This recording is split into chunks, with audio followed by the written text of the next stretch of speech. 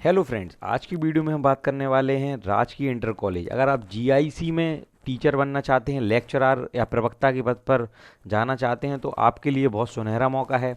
BEd वाले छात्रों के लिए खासकर यह भर्ती बहुत बड़ी है, क्योंकि बीएड और डीएलएड का जो विवाद है उसमें जो बीएड वाले हैं बहुत परेशान रहते हैं कि सुप्रीम कोर्ट का क्या आदेश आया है। तो उन लोगों को मैं बता दूं कि बीएड वाले इस जो 12,135 पदों पर जो भर्ती है उसके लिए एलिजिबल हैं। अपनी तैयारी तेज कर दें, अपनी कमर कस लें, क्योंकि ये ऐसा मौका बार बार नहीं आएगा। अब आज की वीडियो में हम बात करने वाले हैं कि जो आपकी जीआईसी की भर्ती आएगी वो आपकी दो स्तरों पर होगी। सबसे पहले वह दो स्तर कौन कौन से हैं, एग्ज़ाम का क्या पैटर्न रहेगा, आपका जो एग्ज़ाम होता है किस पैटर्न पर होगा, कितने एग्ज़ाम होंगे। ठीक है फ्रेंड्स। तीसरी चीज़ आपकी एलिजिबिलिटी के बारे में हम बात करेंगे। फोर्थ चीज़ आपका एग्ज़ाम फॉर्म कब से भरेगा, क्या न्यूज़ है इस बारे में। एग्ज़ाम कब तक होने की पॉसिबिलिटी है, इस चीज़ को भी हम देखेंगे। कौन कौन से सब्जेक्ट हमें तैयार करने हैं, जो आपके कॉमन सब्जेक्ट हैं उन पर चर्चा करेंगे। एग्ज़ाम में नेगेटिव मार्किंग है या नहीं, प्रीलिम्स के जो जीएस के नोट्स हैं वह हमें कहाँ से प्राप्त होंगे, और आपका सिलेक्शन प्रोसेस क्या है स्टार्टिंग से एंड तक।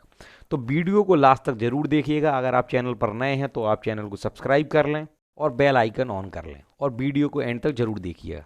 दोस्तों, शुरू करते हैं हम आज का वीडियो। सबसे पहले हम बात करेंगे एग्ज़ाम फॉर्म के संबंध में।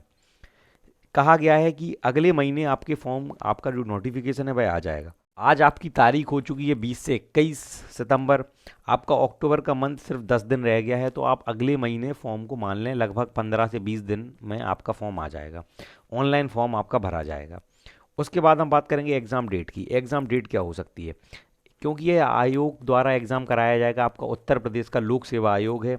तो आप लोग मान लें कि लगभग 4 से 5 महीने आपको एग्ज़ाम होने में लग जाएंगे। फरवरी और मार्च तक आपका एग्ज़ाम हो सकता है 2023 में, आपका जीआईसी लेक्चरर का। ठीक है, जो एलटी ग्रेड के जो आपके पद हैं। इसके बाद हम बात करने वाले हैं आपके दो लेवल, कौन कौन से दो लेवल पर आपका एग्ज़ाम होगा, कौन कौन से दो स्तर हैं।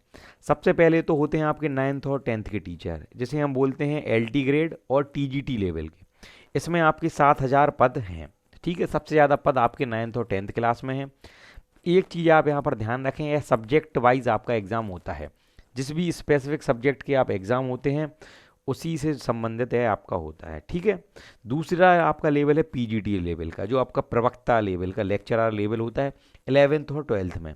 इसमें आपके पद हैं 5,129 पद। एक चीज़ यहाँ पर आ रही है, जो आपका पीजीटी लेवल है इसमें आपका पोस्ट ग्रेजुएशन में 50% होना कंपलसरी कर सकते हैं, ऐसी अभी सूचना मिली है।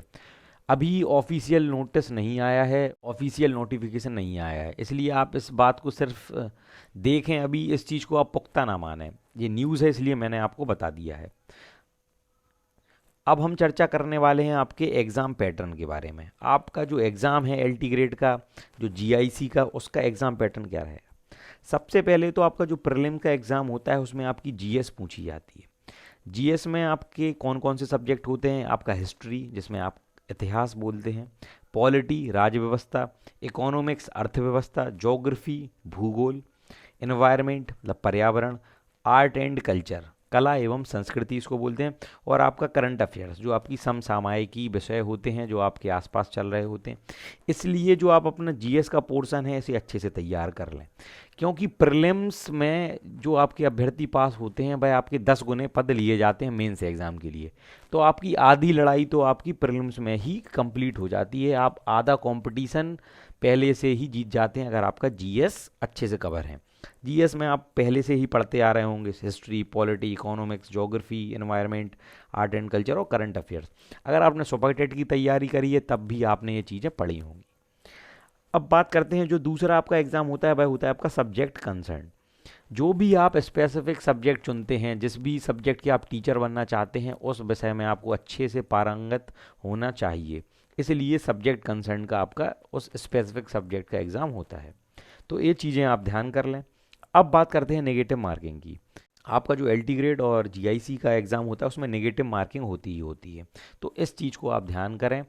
जो भी क्वेश्चन आपको सही आने हैं उन्हीं पर आपको निशान लगाना है। आप इसमें यूपी टेट सुपर टेट और अन्य एग्ज़ाम जैसे पूरे में से पूरे क्वेश्चन सॉल्व करने का प्रयास ना करें। जिन क्वेश्चन पर आपको बिल्कुल भी अंदाज़ा नहीं है वह आपको छोड़ने ही छोड़ने हैं। अब बात करते हैं हम इसके सिलेक्शन प्रोसेस की।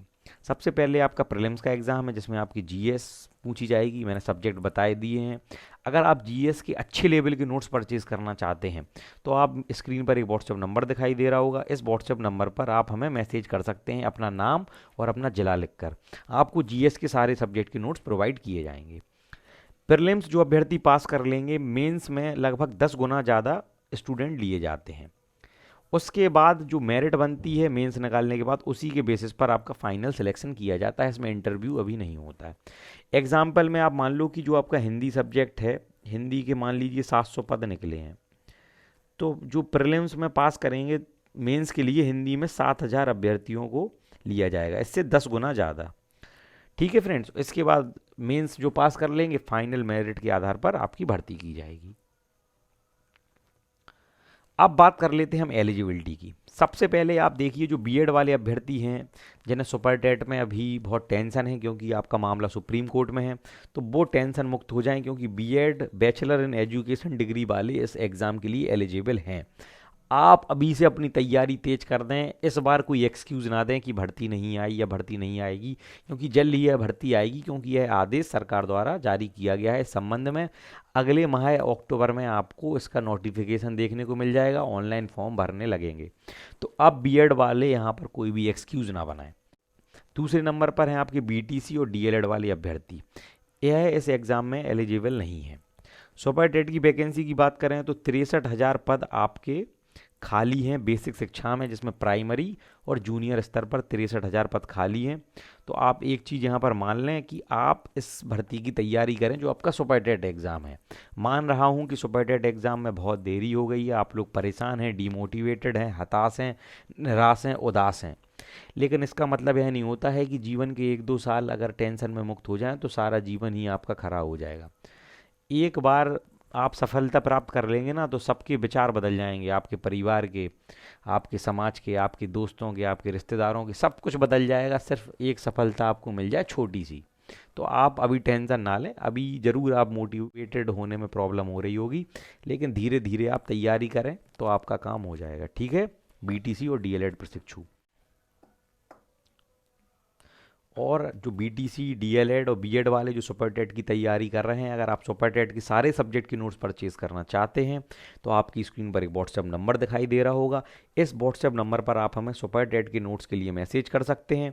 और अगर आप जो एलटी ग्रेड का एग्ज़ाम है उसमें जीएस, जो प्रीलिम्स में जीएस बहुत इंपॉर्टेंट रोल अदा करता है, उस जीएस के सारे सब्जेक्ट के नोट्स परचेज करना चाहते हैं तो आपकी स्क्रीन पर एक व्हाट्सएप नंबर दिखाई दे रहा होगा, आप उस व्हाट्सएप नंबर पर हमें मैसेज कर सकते हैं। व्हाट्सएप पर ही आपको सारे सब्जेक्ट के नोट्स प्रोवाइड किए जाएंगे।